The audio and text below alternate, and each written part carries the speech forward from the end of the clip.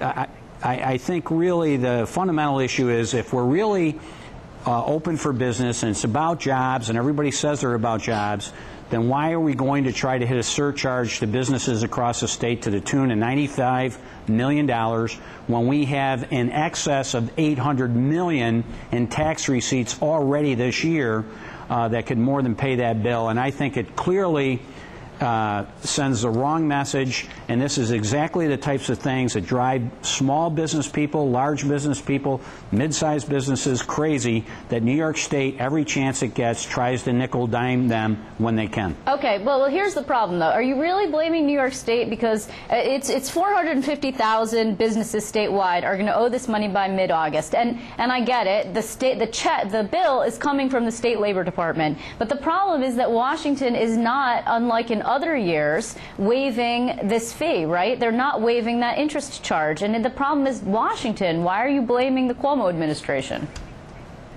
Well, it's actually two parts. First of all, Congress is not doing its job, so that's bad enough. But why compound it with New York State that has a discretionary decision with the bureaucrats from the Department of Labor who have always been anti-business?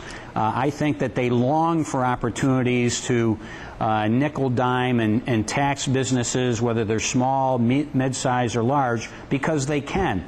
And I think this is a significant disappointment with Governor Cuomo's administration if he allows the Department of Labor to go ahead and continue to send invoices and collect money from the very businesses that are trying to survive every single day.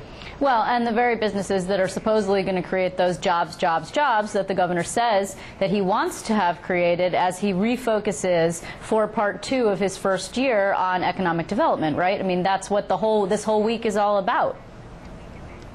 That's correct, and even as they're trumpeting around right now about the economic development plan that's supposed to be collectively $1 billion, so how about we even take $95 million of the $1 billion that you're talking about economic development and don't tax business? And it's because they can and they do, and I think that's why I think it's so outrageous that we're trying to say we're open for business, but the first chance we get, we levy a surcharge against every single business in New York State.